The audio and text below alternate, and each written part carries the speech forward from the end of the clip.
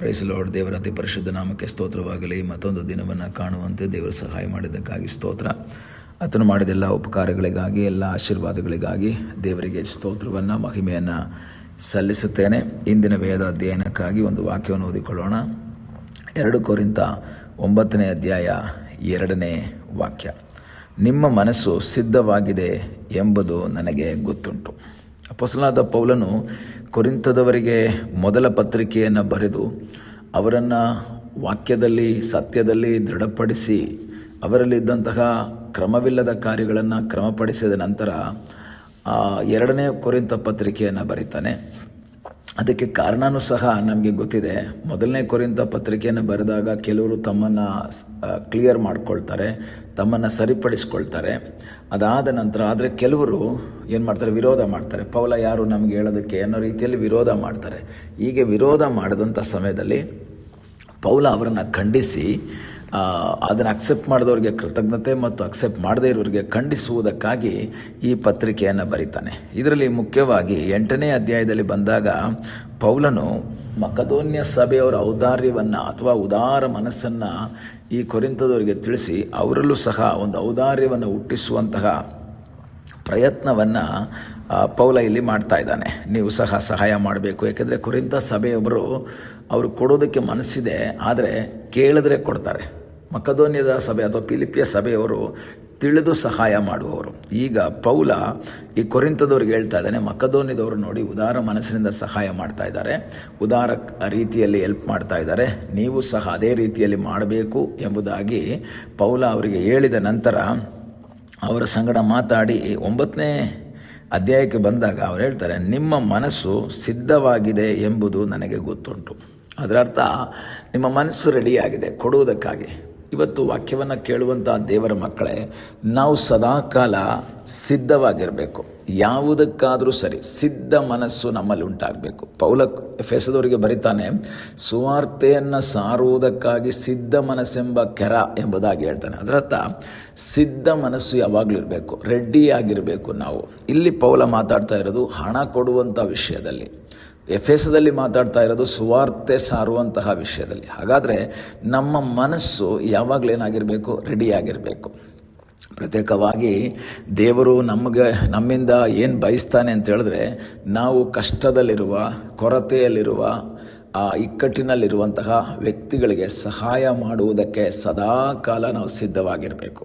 ನನಗೆ ಅಥವಾ ನಿಮಗೆ ದೇವರು ಕೊಟ್ಟಿರುವಂತಹ ಆರ್ಥಿಕ ಸೌಕರ್ಯಗಳು ಅದು ನಮಗೋಸ್ಕರ ಮಾತ್ರ ಅಲ್ಲ, ಇನ್ನು ಅನೇಕರಿಗೆ, ಕಷ್ಟದಲ್ಲಿರುವವರಿಗೆ ಸಹಾಯ ಮಾಡಬೇಕು ಎಂಬುದಾಗಿ ದೇವರು ಇಷ್ಟಪಡ್ತಾರೆ. ಕಾರಣ 8ನೇ ಅಧ್ಯಾಯ 12ನೇ ವಾಕ್ಯದಲ್ಲಿ ಓದ್ತೇವೆ, ಒಬ್ಬನು ಕೊಡುವುದಕ್ಕೆ ಮನಸ್ಸುಳ್ಳವನಾಗಿರುವಲ್ಲಿ ಅವನು ತನ್ನಲ್ಲಿ ಇರುವುದಕ್ಕೆ ಅನುಸಾರವಾಗಿ ಕೊಟ್ಟರೆ ಅದು ಸಮರ್ಪಕವಾಗಿರುವುದು.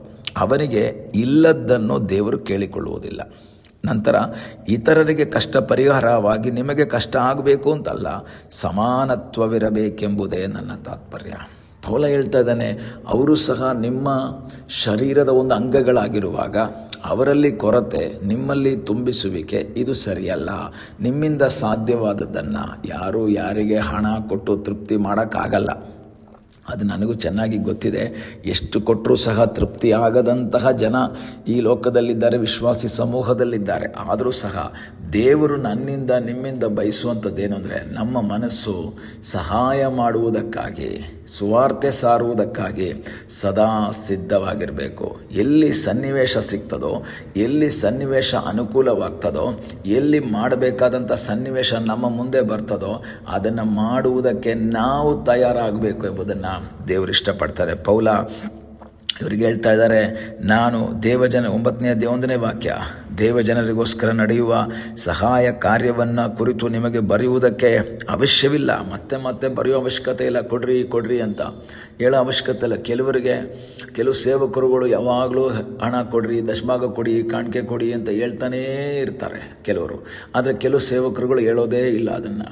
ಯಾಕೆಂದರೆ ಕೆಲವರಿಗೆ ಮನಸ್ಸಿದ್ದರೆ ನಾವು ಹೇಳೋದು ಬೇಕಾಗಿಲ್ಲ. ಕೆಲವರಿಗೆ ಮನಸ್ಸೇ ಇರೋದಿಲ್ಲ ಕೊಡಬೇಕು ಅಂತ. ಅವ್ರ ಹತ್ರ ನೀವು ಎಷ್ಟೇ ಹೇಳಿ ಅವ್ರು ಕೊಡೋದು ಇಲ್ಲ. ಮನಸ್ಸಿರಬೇಕು. ಮನಸ್ಸಿದ್ದರೆ ಯಾರೂ ಹೇಳೋದು ಬೇಕಾಗಿಲ್ಲ. ನೀವು ಹಣ ಕೊಡ್ರಿ, ಸೇವೆಗೆ ದುಡ್ಡು ಕೊಡಿ, ಕಾಣಿಕೆ ಕೊಡಿ, ದಶಮಾಗ ಕೊಡಿ, ಹೇಳೋ ಅವಶ್ಯಕತೆ ಇಲ್ಲ. ಕಾರಣ ಏನು ಅಂತ ಹೇಳಿದ್ರೆ, ನಾವು ಹೇಳ್ತಾ ಇದ್ದಷ್ಟು ಅವರ ಮನಸ್ಸು ಕಠಿಣವಾಗ್ತಾ ಇದೆ ವಿನಃ ಆ ಮನಸ್ಸು ಸಹಾಯ ಮಾಡುವಂತಹ ರೀತಿಗೆ ಬರ್ತಾ ಇರಲ್ಲ. ಆದ್ದರಿಂದ ನಾವು ಒಂದು ವಿಷಯವನ್ನು ತಿಳ್ಕೋಬೇಕು, ಕೊಡ್ರಿ ಅಂತ ಹೇಳಿದ ತಕ್ಷಣ ಜನ ಕೊಡಬೇಕು ಅಂತೇನಿಲ್ಲ. ಅವನಲ್ಲಿ ಒಂದು ಮನಸ್ಸು ಬರಬೇಕು, ಕೊಡಬೇಕು ಎಂಬ ಮನಸ್ಸು ಬರಬೇಕು. ಆದ್ದರಿಂದ ನಾನು ಸಹ ಅದನ್ನೇ ಬಯಸೋದೇನು ಅಂದರೆ, ನಾವು ಫೋರ್ಸ್ ಮಾಡಿ ಯಾರಿಂದನೂ ಕಿತ್ಕೊಳ್ಳೋಕ್ಕಾಗಲ್ಲ, ಯಾರಿಂದನೂ ತಗೊಳಕ್ಕಾಗಲ್ಲ. ಅವರ ಮನಸ್ಸು ಬದಲಾಗಬೇಕು. ನಾನು ಕೊಡ್ತಾ ಇರೋದು ಸೇವಕರಿಗಲ್ಲ, ಪಾಸ್ಟರ್ಗಲ್ಲ, ಅಥವಾ ಇನ್ಯಾವುದೋ ಚರ್ಚ್ ಕಟ್ಟೋದಕ್ಕಲ್ಲ, ನನ್ನ ದೇವರಿಗೆ ನಾನು ಕೊಡ್ತಾ ಇದ್ದೀನಿ ಎಂಬ ಒಂದು ಮನಸ್ಸು ಬಂದರೆ ಅವ್ರು ಕೇಳಿದ್ರೂ ಕೊಡ್ತಾರೆ, ಕೇಳದೇ ಇದ್ದರೂ ಕೊಡ್ತಾರೆ. ಪೌಲ ಕೊರಿಂಥದವ್ರಿಗೆ ಹೇಳ್ತಾ ಇದ್ದಾನೆ, ನಿಮ್ಮ ಮನಸ್ಸು ಸಿದ್ಧವಾಗಿದೆ ಎಂದು ನನಗೆ ಗೊತ್ತುಂಟು. ಪ್ರಿಯ ದೇವರ ಮಕ್ಕಳೇ, ಸುವಾರ್ತೆ ಸಾರುವುದಕ್ಕಾಗಿ ನಮ್ಮ ಮನಸ್ಸು ಸಿದ್ಧವಾಗಬೇಕು. ಸೇವೆಗಾಗಿ ಕೊಡುವುದಕ್ಕಾಗಿ ನಾವು ಸಿದ್ಧವಾಗಬೇಕು. ಕಾರಣ, ನಮಗೆ ಆರೋಗ್ಯ ಕೊಟ್ಟವನು, ನಮಗೆ ಆರ್ಥಿಕ ಸಹಾಯ ಮಾಡಿದವನು ಆ ದೇವರನ್ನೋದನ್ನು ನಾವು ಮರಿಬಾರ್ದು. ಪ್ರಾರ್ಥನೆ ಮಾಡೋಣ. ನಮ್ಮನ್ನು ಬಹಳವಾಗಿ ಪ್ರೀತಿ ಮಾಡುವ ಪರಲೋಕದ ತಂದೆಯಾದ ದೇವರೇ, ಈ ಸಮಯಕ್ಕಾಗಿ ಸ್ತೋತ್ರ. ಮತ್ತೊಂದು ಆವರ್ತಿ ನಿನ್ನ ಸನ್ನಿಧಾನದಲ್ಲಿ ನಾವು ಸೇರಿ ನಿನ್ನನ್ನು ಮೈಪಡಿಸುವ ಹಾಗೆ ನೀನು ನಮಗೆ ಸಹಾಯ ಮಾಡಿದ್ದಕ್ಕಾಗಿ ಸ್ತೋತ್ರ. ಅಪ್ಪ ದೇವರೇ, ಸದಾಕಾಲ ನಿನ್ನ ಸುವಾರ್ತೆಯನ್ನು ಸಾರುವುದಕ್ಕೂ ಆರ್ಥಿಕ ಸಹಾಯವನ್ನು ಕಷ್ಟದಲ್ಲಿರೋರಿಗೆ ಮಾಡುವುದಕ್ಕೂ ಸದಾ ಸಿದ್ಧವಾಗಿ ಮುಂದೆ ಸಾಗುವಂತೆ ನೀನು ನಮಗೆ ಸಹಾಯ ಮಾಡು ಎಂಬುದಾಗಿ ನಾವು ಪ್ರಾರ್ಥಿಸ್ತೇವೆ. ಪ್ರಾರ್ಥನೆಯನ್ನು ಕೇಳಿದ್ದಕ್ಕಾಗಿ ಸ್ತೋತ್ರ. ಯೇಸುವಿನ ನಾಮದಲ್ಲಿ ತಂದೆಯೇ, ಆಮೇನ್. God bless you.